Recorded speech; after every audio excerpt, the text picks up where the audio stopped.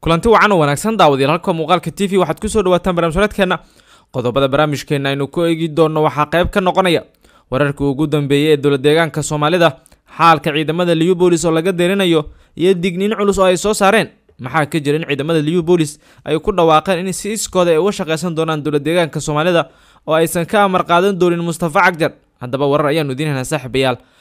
heshiiska Tigray iyo sidoo kale Abiy ee dhaqan galay maxaa ayaa Mustafa Cagjar uu ka jari doonaa maxay tahay dhibaatada Soomaalidu ay ku qabto maadaama Cagjar iyo TPLF ay ka dhaxaysa cadaawad Cagjarna uu hogaamiye ka yahay dowlad deegaankii Soomaalida qodobadaasi qodobo kale ee barnaamijkeena intiisa badan ku eegi doonaa oo aynu ku gorfeen doonaa saaxiibayaal soo dhawaada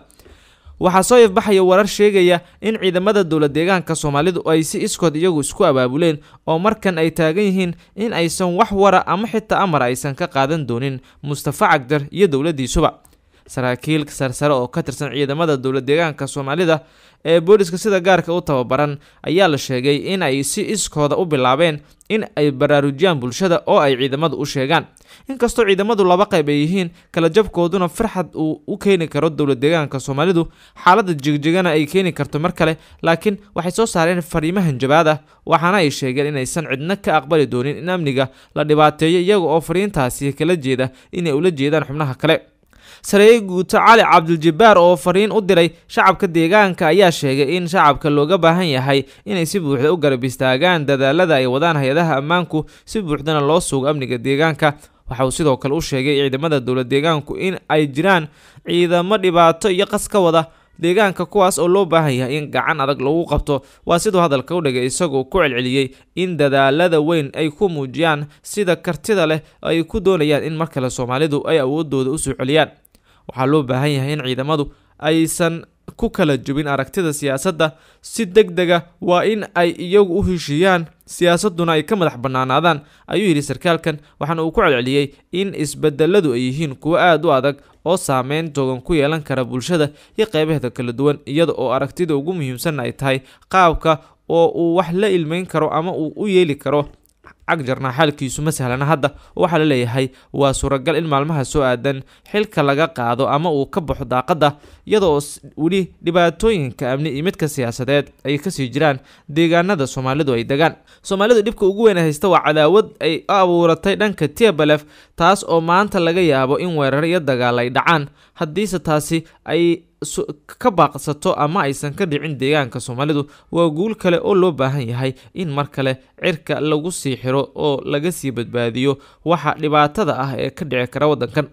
haddii Soomaalidu ay sidoo kale ku adkaysato in Mustafa Cagjar uu si hogaamiyo waa suuragal in TPLF ay cadawtooyadooda aarsato laakiin Abiy ayaa wada qorshe kale oo uu maamulada dalkaasi kaga bedelayo hogaankooda si TPLF iyo sidoo kale iyagu aysan isku arkin waayaha waan u soo laaban doonaa wararka kale ee Soomaalida ee Ruushka waxa uu si toos ah ugu dhawaaqay in uu kama dambeys ama xaaladda kama dambaysta ah ee Ukraine u marayo wasiirka arrimaha dibadda ee Ruushka Sergey Lavrov ayaa Ukraine waxa uu siiyay fariin kama dambeys ah waxaana uu sheegay in fulinta dalabka Moscow ay ku jiraan inay dhiibaan dhulkooda Ukraine ay Ruushku hadda gacanta ku hayaan ama ciidanka Ruushku in ay go'aan ka gaari doonaan masiirka Ukraine labada far ee loo taagay Ukraine ayaa ah inay kala doortaan in dhulkan hadda ciidamada Ruushka ay haystaan ay ka sabraan Ukraine oo ay siiyaan Ruushka iyo sidoo kale in ay ciidamada Ukraine go'aan qaataan iyagu dagaalamaan isaga oo la hadlayay ama ka hadlayay maalin kadib markii madaxweynaha Ruushka Vladimir Putin uu mar kale u sheegay in uu furan yahay wada hadal nabadeed oo Mareykanku uu ku tilmaamay kuwa aanu caqli gal ahayn Lavrov waxa uu si toos ah u sheegay in Kiev ay tahay wanaageeda inay u hoggaansanto rabitaanka Moscow Lavrov ayaa waxa ka soo xigtay wakaalada wararka ee taas isaga oo sidaas leh arintu waa sahlan tahay u buuxi dantaada haddii kale arintan waxa go'aan ka gaari doona ciidamada Ruushka ayuu Lavrov ku yiri wareysigiisa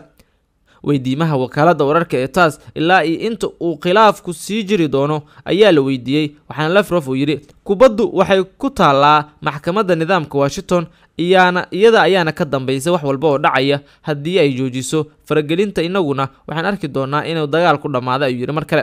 madaxweynaha Ruushka Vladimir Putin ayaa toddobaadkii la soo dhaafay mar kale sheegay in Moscow ay u furan tahay wada xaajood wuxuuna ku eedeeyay Kiev iyo taageerayaasha reer galbeedku in ay diidan yihiin wada hadalka oo miiska wada hadalka aysan ogoleen faalooyinka Mareykanku ku kacanseeray inay yihiin kuwa aanu daacad ahayn ayaa sidoo kale soo ifbaxaya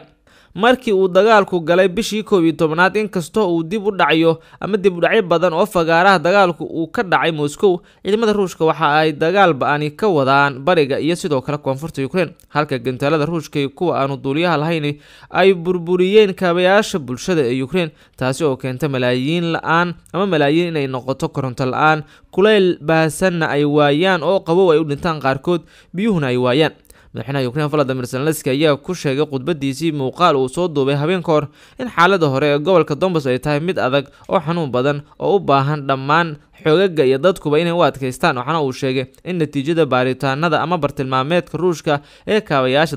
tamarta ee Ukraine ku dhawaad 9 milyan oo qof ay hadda koronto la'aan u tahay oo dhibaato ay hadda wajahayaan